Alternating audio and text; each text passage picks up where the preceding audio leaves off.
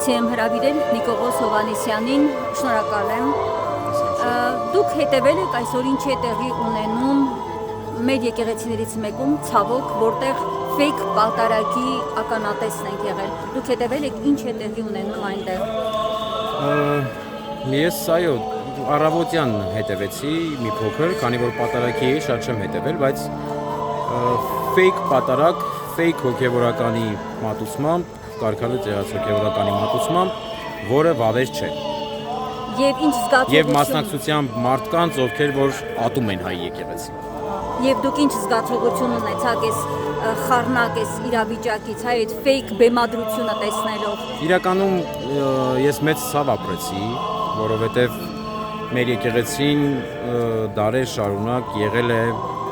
սրբության սրբոց եւ կա սրբության սրբոց, բայց այսօր փորձ է արվում ոտնահարել եկեղեցու արժեքները, որոնք որ դարերով պահպանված են եղել եւ որոնք որ մեզ համար անգնահատելի են, որովհետեւ եթե դու կարգալուց եղած հոգևորականի պատարագի ես մասնակցում եւ վարչական ռեսուրս կիրառելով այդքան մարդ է ստանում լցնում այնտեղ, ես իրոք ցավ ապրեցի մեր հավատացյալների համար, որովհետեւ նույնիսկ մեր հավատավոր ժողովուրդը արժանի չէր տեսնել այդ խեղկատակությունը։ Հոգևոր տեսանկյունից ինչ եք կարծում, սա վտանգավոր չէ մեր եկեղեցու, մեր ժողովրդի համար, որը չգիտակցելով ինչ է նշանակում հայ երրորդ դարից եկած որոշում է, օրենք է դա,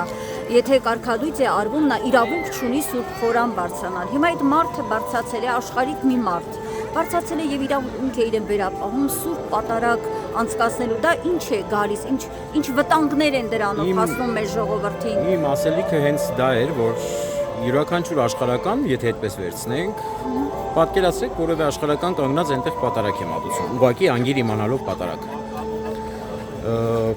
Սա իրոք գայթակղություն է մեր ժողովրդի համար, հավատավոր ժողովրդի համար, որովհետև գայթակղությունն իմաստով, որ մարդիկ հնարավոր է շատ մարդիկ լինեն, որ անգիտակցաբար հաղորդություն ստանան մարդու ձեռքից, ով կարգալուց է հռչակված։ Անգիտակցաբար մասնակից լինեն մի բանի, որը որ ֆեյք է։ Անգիտակցաբար մասնակից լինեն մի բանի, որը որ եկեղեցու կողմից մերժված է։ Այլ բան է, երբ որ դու խնդիր ունես եւ դեռ կարգալուց չես, բայց խնդիր ունես, այլ բան է դա, երբ որ դու պատարագ մատուցես, բայց այլ բան է, երբ որ դու այլևս զրկված լինես եկեղեցում գործելու իրավունքից եւ կատարես եկեղեցական ծես ծիսակատարություն, որովհետեւ որևէ խորհուրդ, որևէ կարգ եկեղեցում, երբ որ կատարվում է կարգի մեջ եղած հոգևորականի կողմից։ Իսկ սա ուղղակի ոչ մի բան է։ Տեսեք, այդ հոգևորական նախկին հոգևորականը, որը այսօր արդեն աշխարհիկ է, կարգադույց է արված, Ստյոպիկ Ասատրյան անուն ազգանով այդ անձնավորությունը, որ լավ գիտի, չէ, կարգերը հոգևոր։ Ինչու է ինքը իրեն դնում այդ վտանգի առաջ, հոգևոր վտանգի առաջ։ Այդ չափ մեծ է եղել Փաշինյանից ստացած գայթակղությունը, այդ չափ մեծ է եղել տրված խոստումները։ Ուզում եմ հասկանալ, այդ ինչ գիտակցման է, հա գիտեք, եթե մեր ժողովրդի մոտ հոգևոր գիտակցության գուցե պակաս թերևս որոշ չափով կա, բայց չէ որ ինքը եղել է հոգևորական եւ գիտի ինչ է նշանակում որոշումը չկատարելը կաթողիկոսի եւ հոգևոր խորհրդի։ Ես կարծում եմ, որ նա հստակ գիտակցում է այդ ամեն ինչը, շատ լավ գիտի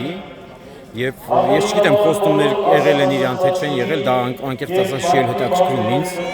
Ես իրեն որպես հոգևորական եմ նայում այդ ամեն ինչին, նախկին հոգևորական այսպես ասած, եւ ես մտածում եմ, որ նա շատ լավ գիտակցում է ինչ է անում։ Մենք մի շատ խորիմաստ արտահայտություն ունենք տերների նրանց, որովհետեւ չգիտեն թե ինչ են անում։ Ես վստահ եմ, որ Ստեփան Ասատրյանը շատ լավ գիտի թե ինչ է անում։ Շատ լավ գիտակցում է թե ինչ է անում, ուղղակի ես նաև խղճում եմ իրեն, որովհետև նա մնաց այդ ամեն ինչի տակ, այսպես ասած։ Գիտեք, ես հարցս տվեցի եւ ինքս ինձ մտովի հասկացա, որ ամեն դեպքում Հուդան էլ լավ է, հոգևորական էր, չէ՞, նախկին եւ լավ գիտեր ներսում ինչ է կատարում, բայց գնաց եւ 30 արծաթով ծախեց Քրիստոսին։ Ես նույնիսկ կարծում եմ, որ չարժի Հուդայի հետ համեմատել իրեն, որովհետեւ Հուդան աշակերտ էր Քրիստոսի։ Հուդան ընտրված էր Քրիստոսի կողմից, հստակ գիտակցելով, որ իրեն մատնելու է։ Հուդան պատմական շատ կարևոր դեմք է եւ Հուդան իրականում ընտրված էր որպեսզի կատարվի մարգարեությունը։ Իսկ Ստեփանը ոչ Հուդան է,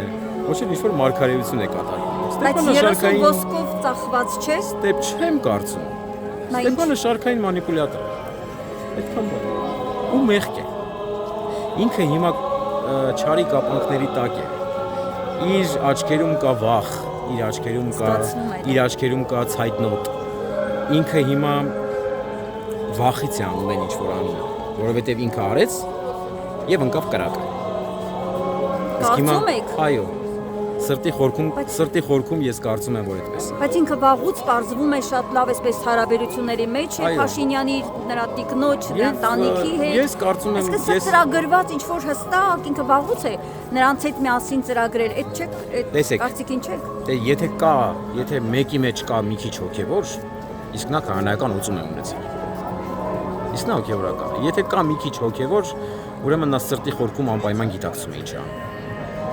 Ամեն դեպքում գիտակցելով եւ ինքն է իրեն վատ բան անում եւ մեր ժողովրդին է տանում իր հետ եւ այն մարդկանց ովքեր իր կողքին կանգնած մարդիկ